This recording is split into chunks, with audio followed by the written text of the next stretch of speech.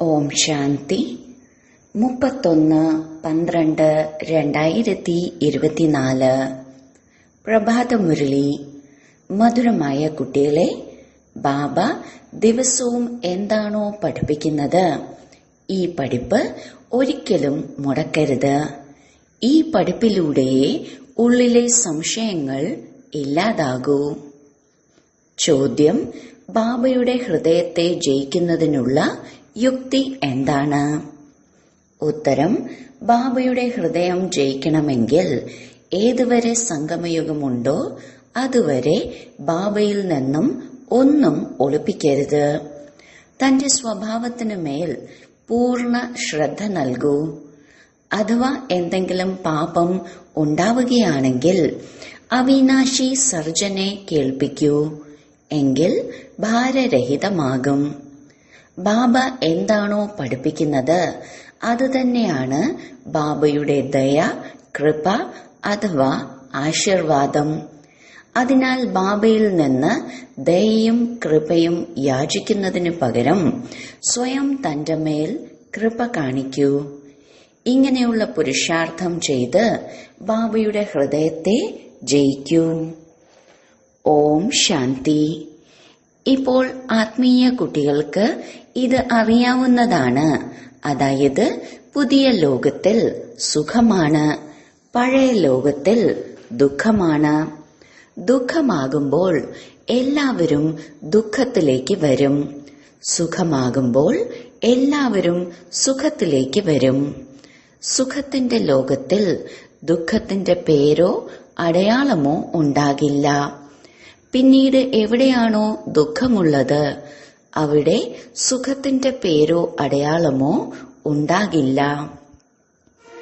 എവിടെ പാപമുണ്ടോ അവിടെ പുണ്യത്തിന്റെ പേരോ അടയാളമോ ഇല്ല.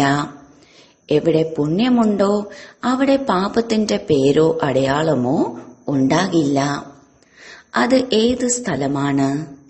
ഒന്ന് സത്യയുഗം, രണ്ടാമത് കലിയുഗം. ഇത് കുട്ടികളുടെ ബുദ്ധിയിൽ തീർച്ചയായും ഉണ്ടാകും. ഇപ്പോൾ ദുഃഖത്തിന്റെ സമയം പൂർത്തിയാവുകയാണ്. മാത്രമല്ല സത്യയുഗത്തിനായി തയ്യാറെടുപ്പുകൾ നടക്കുകയാണ്. നമ്മളിപ്പോൾ ഈ പതിത ലോകത്തിൽ നിന്നും മറുഭാഗത്തേക്ക് സത്യയുഗത്തിലേക്ക്, അർത്ഥം രാമരാജ്യത്തിലേക്ക് പോവുകയാണ്. പുതിയ ലോകത്തിൽ സുഖമാണ്, പഴയ ലോകത്തിൽ ദുഃഖമാണ്. ആരാണോ സുഖം നൽകുന്നത് അവർ തന്നെയാണ് ദുഃഖവും നൽകുന്നത്. ഇങ്ങനെയല്ല. ബാബ സുഖം നൽകുന്നു, ദുഃഖം മായ രാവണനാണ് നൽകുന്നത്. ആ ശത്രുവിന്റെ കോലം ഓരോ വർഷവും കത്തിക്കുന്നു. ദുഃഖം നൽകുന്നവരെ സദാ കത്തിക്കുന്നു.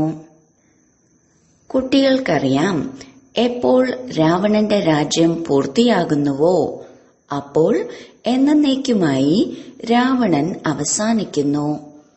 5 വികാരങ്ങൾ തന്നെയാണ് ആദി മധ്യ അന്ത്യം എല്ലാവർക്കും ദുഃഖം നൽകി വന്നത്. നിങ്ങളിവിടെ ഇരിക്കുമ്പോഴും നിങ്ങളുടെ ബുദ്ധിയിൽ ഉണ്ടായിരിക്കണം, ഞങ്ങൾ ബാബയുടെ അടുത്തേക്ക് വന്നിരിക്കുകയാണ്. രാവണനെ നിങ്ങൾ ബാബ എന്ന് വിളിക്കില്ല. രാവണനെ പരമപിത പരമാത്മാവ് എന്ന് വിളിക്കുന്നത് എപ്പോഴെങ്കിലും കേട്ടിട്ടുണ്ടോ? ഒരിക്കലുമില്ല. ചിലർ കരുതുന്നു ലങ്കയിൽ രാവണൻ ഉണ്ടായിരുന്നുവെന്ന്. ബാബ പറയുന്നു, ഈ മുഴുവൻ ലോകവും ലങ്കയാണ്. വാസ്കോഡി ഗാമ കപ്പലിലും ബോട്ടിലും ലോകം ചുറ്റിക്കറങ്ങി എന്ന് പറയുന്നു. ആ സമയത്ത് വിമാനമൊന്നും ഉണ്ടായിരുന്നില്ല. ട്രെയിനും ആവിയിലാണ് ഓടിയത്. വൈദ്യുതി മറ്റൊരു വസ്തുവാണ്. ഇപ്പോൾ ബാബ പറയുന്നു, ലോകം ഒന്നേ ഉള്ളൂ. പുതിയതിൽ നിന്ന് പഴയതും പഴയതിൽ നിന്ന് പുതിയതുമായി മാറുന്നു. സ്ഥാപന, പാലന, വിനാശം എന്ന് പറയില്ല. ആദ്യം സ്ഥാപന, പിന്നീട് വിനാശം, അതിനും ശേഷമാണ് പാലന. ഇതാണ് ശരിയായ വാക്കുകൾ. പിന്നീട് രാവണന്റെ പാലന ആരംഭിക്കുന്നു. അത് അസത്യതയുള്ളവരും വികാരിയും പതിതവുമായി മാറുന്നതിനുള്ള പാലനയാണ്. ഇതിനാലാണ് എല്ലാവരും ദുഃഖികളായി മാറുന്നത്. ബാബ ഒരിക്കലും ആർക്കും ദുഃഖം നൽകുന്നില്ല. ഇവിടെ തമോ പ്രധാനമായതിനാൽ ബാബയെ തന്നെ സർവവ്യാപി എന്ന് പറയുന്നു. നോക്കൂ എന്തായിരിക്കുന്നു. ഇത് നടക്കുമ്പോഴും കറങ്ങുമ്പോഴും നിങ്ങൾ കുട്ടികളുടെ ബുദ്ധിയിൽ ഉണ്ടായിരിക്കണം. ഇത് വളരെ സഹജമാണ്. കേവലം അല്ലാഹുവിന്റെ കാര്യമാണ്. മുസ്ലിങ്ങളും പറയുന്നു, ഉണർന്ന് അല്ലാഹുവിനെ ഓർമ്മിക്കൂ. സ്വയം അതിരാവിലെ ഉണരുന്നു. അവർ പറയും, അല്ലാഹു അഥവാ ഭഗവാനെ ഓർമ്മിക്കൂ. നിങ്ങൾ പറയും, അച്ഛനെ ഓർമ്മിക്കൂ. ബാബ എന്ന വാക്ക് വളരെ മധുരമാണ്. അല്ലാഹു എന്ന് പറയുമ്പോൾ സമ്പത്ത് ഓർമ്മ വരില്ല. ബാബ എന്ന് വിളിക്കുമ്പോൾ സമ്പത്തും ഓർമ്മ വരും. മുസ്ലിങ്ങൾ അച്ഛനെന്ന് വിളിക്കില്ല. അവർ പിന്നീട് അല്ലാഹുവിനെ യജമാനൻ എന്ന് പറയും. യജമാനനും ബീബിയും. ഈ മുഴുവൻ വാക്കുകളും ഭാരതത്തിലാണ് ഉള്ളത്. പരമപിത പരമാത്മാവ് എന്ന് പറയുമ്പോൾ തന്നെ ശിവലിംഗം ഓർമ്മ വരും. യൂറോപ്പിലുള്ളവർ ഗോഡ് ഫാദർ എന്ന് പറയുന്നു. ഭാരതത്തിൽ കല്ലിനെയും മുള്ളിനെയും ഭഗവാൻ എന്ന് മാനിക്കുന്നു. ശിവലിംഗവും കല്ലുകൊണ്ടാണ് നിർമ്മിക്കുന്നത്. ഈ കല്ലിൽ ഭഗവാൻ ഇരിക്കുന്നുണ്ട് എന്ന് കരുതുന്നു. ഭഗവാനെ ഓർമ്മിക്കുമ്പോൾ കല്ലാണ് മുന്നിൽ വരിക. കല്ലിനെ ഭഗവാനെന്ന് കരുതി പൂജിക്കുന്നു. കല്ല് എവിടെ നിന്നാണ് വരുന്നത്? പർവ്വത മുകളിൽ നിന്ന് വീണ് വീണ് ഗോളാകൃതിയിലാകുന്നു. പിന്നെ പ്രകൃതിദത്തമായ അടയാളവുമായി മാറുന്നു. ദേവീ ദേവതകളുടെ മൂർത്തി ഇങ്ങനെ ആയിരിക്കില്ല. കല്ലിനെ കൊത്തിക്കൊത്തി കണ്ണും മൂക്കും മുഖവും ചെവിയും എല്ലാം വെച്ച് എത്ര സുന്ദരമായി ഉണ്ടാക്കുന്നു. വളരെയധികം ചിലവ് ചെയ്യുന്നു. ശിവബാബയുടെ മൂർത്തിയുടെ കാര്യത്തിൽ ഒരു ചിലവിന്റെയും കാര്യമില്ല. ഇപ്പോൾ നിങ്ങൾ കുട്ടികൾ മനസ്സിലാക്കുന്നുണ്ട്, നമ്മൾ സ്വയം ചൈതന്യത്തിലുള്ള ദേവീ ദേവതകളായി മാറുകയാണ്. ചൈതന്യത്തിലുള്ളപ്പോൾ പൂജയൊന്നും ചെയ്യുന്നില്ല. എപ്പോഴാണോ കല്ലുബുദ്ധിയായി മാറുന്നത് അപ്പോഴാണ് കല്ലിന്റെ പൂജ ചെയ്യുന്നത്. ചൈതന്യത്തിലായിരുന്നപ്പോൾ പൂജ്യരാണ്. പിന്നീടാണ് പൂജാരിയായി മാറുന്നത്. അവിടെ പൂജാരിയും ഉണ്ടാകില്ല, കല്ലുകൊണ്ടുള്ള മൂർത്തിയും ഉണ്ടാകില്ല. ആവശ്യമേ ഇല്ല. ആരാണോ ചൈതന്യത്തിൽ ഉണ്ടായിരുന്നത് അവരുടെ ഓർമ്മചിഹ്നമായി കല്ലുകൊണ്ടുള്ള മൂർത്തി വെക്കുന്നു. ഇപ്പോൾ ഈ ദേവതകളുടെ ജീവിതകഥ നിങ്ങൾക്ക് മനസ്സിലായി. ഈ ദേവതകളുടെ ജീവിതകഥ എന്തായിരുന്നു? വീണ്ടും അത് തന്നെ ആവർത്തിക്കും. മുൻപ് ഈ ജ്ഞാന നേത്രം ഉണ്ടായിരുന്നില്ല. അതിനാൽ കല്ല് ബുദ്ധികളായിരുന്നു. ഇപ്പോൾ ബാബയിൽ നിന്നും ജ്ഞാനം ലഭിച്ചു. ജ്ഞാനം ഒന്നേ ഉള്ളൂ. പക്ഷേ എടുക്കുന്നവർ നമ്പർ വൈസാണ്.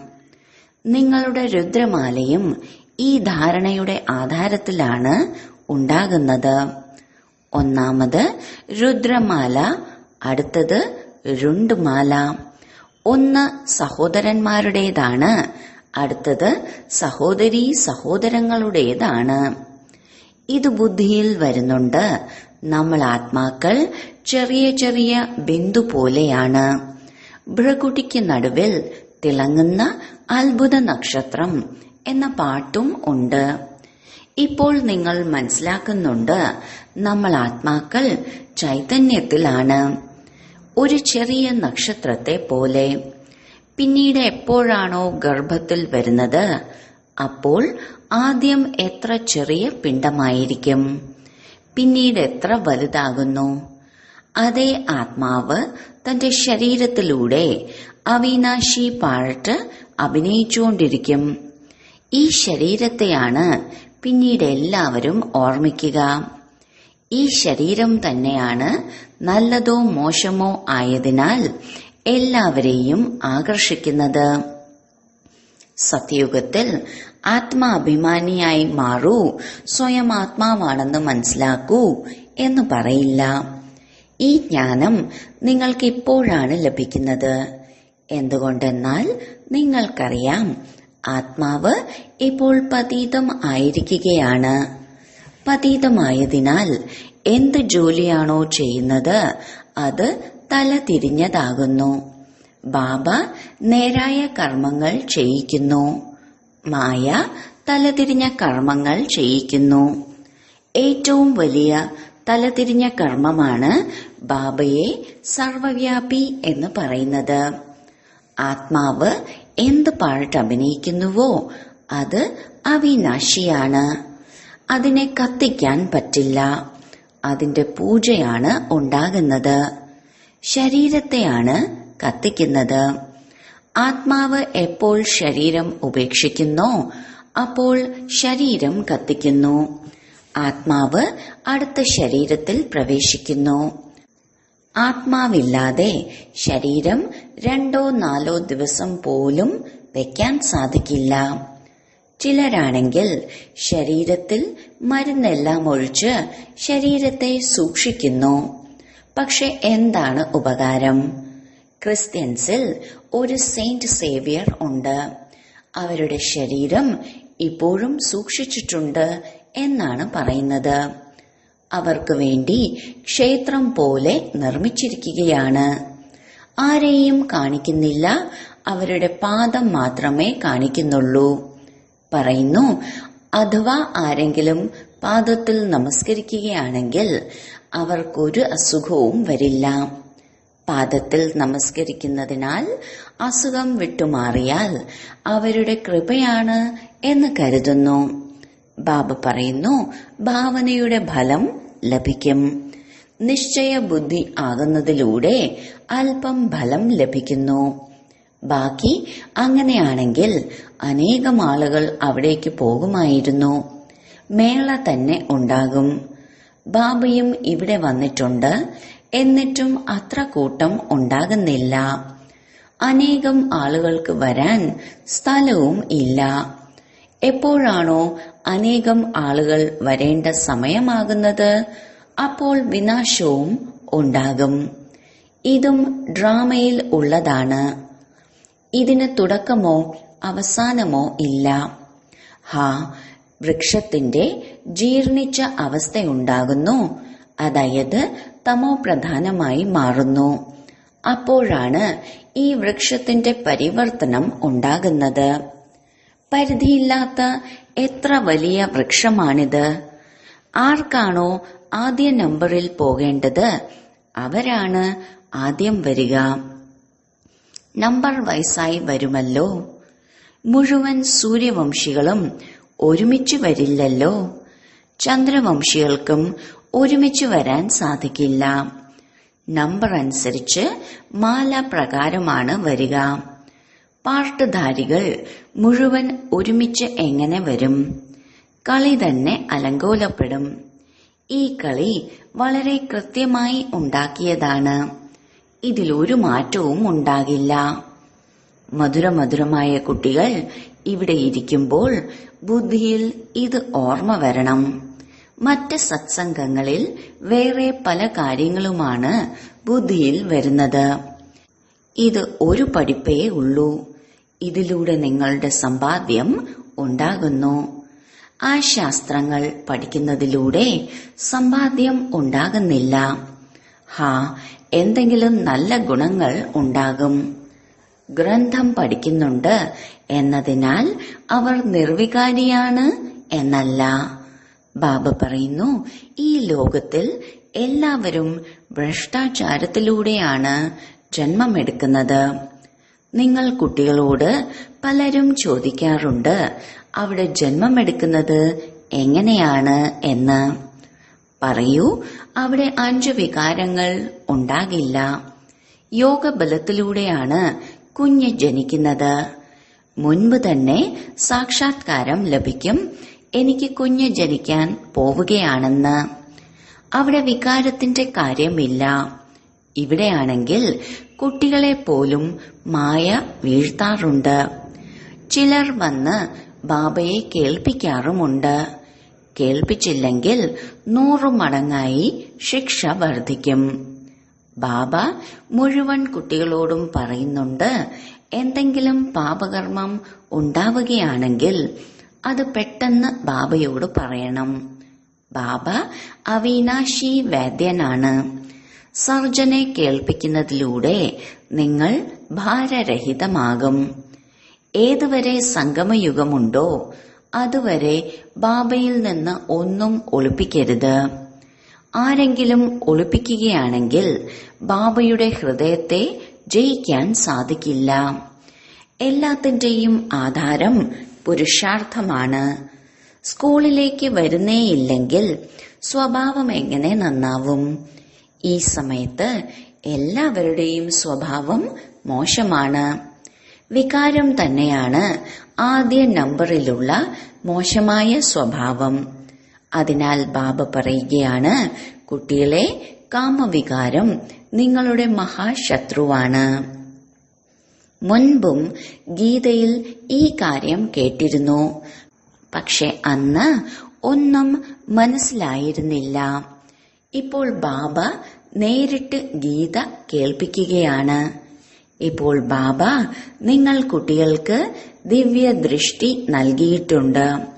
അതിനാൽ ഭക്തിയുടെ പേര് കേൾക്കുമ്പോൾ തന്നെ എന്തെന്തെല്ലാം ചെയ്തിരുന്നു എന്നോർത്ത് ചിരി വരുന്നു. ഇപ്പോൾ ബാബ പഠിപ്പ് നൽകുകയാണ്. ഇതിൽ ദയ, കൃപ അല്ലെങ്കിൽ ആശീർവാദത്തിന്റെ കാര്യമില്ല. സ്വയം തന്നോട് തന്നെ ദയ, കൃപ അഥവാ ആശീർവാദം ചെയ്യണം. ബാബ ഓരോ കുട്ടിയെയും പുരുഷാർത്ഥം ചെയ്യിക്കുന്നു. ചിലർ പുരുഷാർത്ഥം ചെയ്ത് ബാബയുടെ ഹൃദയത്തെ ജയിക്കുന്നു. ചിലരാണെങ്കിൽ പുരുഷാർത്ഥം ചെയ്ത് മരിച്ചു പോകുന്നു. ബാബയാണെങ്കിൽ എല്ലാ കുട്ടികളെയും ഒരുപോലെയാണ് പഠിപ്പിക്കുന്നത്. പിന്നീട് ചില സമയത്ത് ഇങ്ങനെയുള്ള ഗൂഹ്യമായ കാര്യങ്ങൾ പുറത്തുവരും. അത് പഴയ സംശയങ്ങളെ ഉണർത്തും. പിന്നീട് എഴുന്നേറ്റ് നിൽക്കും. അതിനാൽ ഒരിക്കലും ബാബയുടെ പഠിപ്പ് മിസ്സാക്കരുത്. മുഖ്യമായത് ബാബയുടെ ഓർമ്മയാണ്. ദൈവിക ഗുണങ്ങളും ധാരണ ചെയ്യണം. അഥവാ ആരെങ്കിലും മോശമായി എന്തെങ്കിലും പറഞ്ഞാൽ കേട്ടും കേൾക്കാതിരിക്കണം. മോശമായത് കേൾക്കരുത്. ഉയർന്ന പദവി പ്രാപ്തമാക്കണമെങ്കിൽ മാനം, അപമാനം, സുഖം, ദുഃഖം, ജയം, തോൽവി ഇവയെല്ലാം തീർച്ചയായും സഹിക്കണം. ബാബ എത്ര യുക്തി പറഞ്ഞു തരുന്നു. എന്നിട്ടും കുട്ടികൾ ബാബ പറയുന്നത് കേട്ടിട്ടും കേൾക്കാതെ ഇരിക്കുന്നുവെങ്കിൽ അവർ എന്ത് പദവി നേടും? ബാബ പറയുന്നു, ഏതുവരെ അശരീരിയായി മാറുന്നില്ലയോ അതുവരെ മായയിൽ നിന്ന് എന്തെങ്കിലും മുറിവേറ്റുകൊണ്ടിരിക്കും. ബാബയുടെ വാക്കുകൾ മാനിച്ചില്ലെങ്കിൽ അത് ബാബയെ അപമാനിക്കുന്നതിന് തുല്യമാണ്. എന്നിട്ടും ബാബ പറയുന്നു, കുട്ടികളെ, സദാ ജാഗരൂകരും വിജയിയുമായിരിക്കൂ. മാത്രമല്ല ബാബയെ ഓർമ്മിച്ച് ഉയർന്ന പദവി പ്രാപ്തമാക്കൂ. ശരി, വളരെ കാലത്തെ വേർപാടിന് ശേഷം തിരിച്ചു കിട്ടിയ മധുരമധുരമായ കുട്ടികൾക്ക് മാതാവും പിതാവുമായ ബാബ്ദാദയുടെ സ്നേഹസ്മരണയും പുലർക്കാല വന്ദനവും. ആത്മീയ അച്ഛന്റെ ആത്മീയ കുട്ടികൾക്ക് നമസ്കാരം. ധാരണയ്ക്കുള്ള മുഖ്യസാരം: 1. ആരെങ്കിലും എന്തെങ്കിലും തലതിരിഞ്ഞ കാര്യങ്ങൾ പറയുകയാണെങ്കിൽ അത് കേട്ടിട്ടും കേൾക്കാതിരിക്കണം. മോശമായത് കേൾക്കരുത്. ദുഃഖം, സുഖം, മാനം, അപമാനം എന്നിവയെല്ലാം സഹിക്കണം. 2. ബാബ എന്താണോ കേൾപ്പിക്കുന്നത് അതിനെ ഒരിക്കലും കേട്ടിട്ടും കേൾക്കാതിരുന്ന് ബാബയെ അപമാനിക്കരുത്. മായയുടെ അടിയിൽ നിന്ന് രക്ഷപ്പെടുന്നതിനായി അശരീരിയായി മാറുന്നതിനുള്ള അഭ്യാസം തീർച്ചയായും ചെയ്യണം. വരദാനം: ബാബയ്ക്ക് സമാനം ദയാഹൃദയനായി എല്ലാവരോടും ക്ഷമിക്കുകയും സ്നേഹം നൽകുകയും ചെയ്യുന്ന മാസ്റ്റർ ദാതാവായി ഭവിക്കട്ടെ. എങ്ങനെയാണോ ബാബയെ ദയാഹൃദയൻ, കരുണാമയൻ എന്നൊക്കെ വിളിക്കുന്നത്, അതുപോലെ താങ്കൾ കുട്ടികളും മാസ്റ്റർ ദയാഹൃദയരാണ്.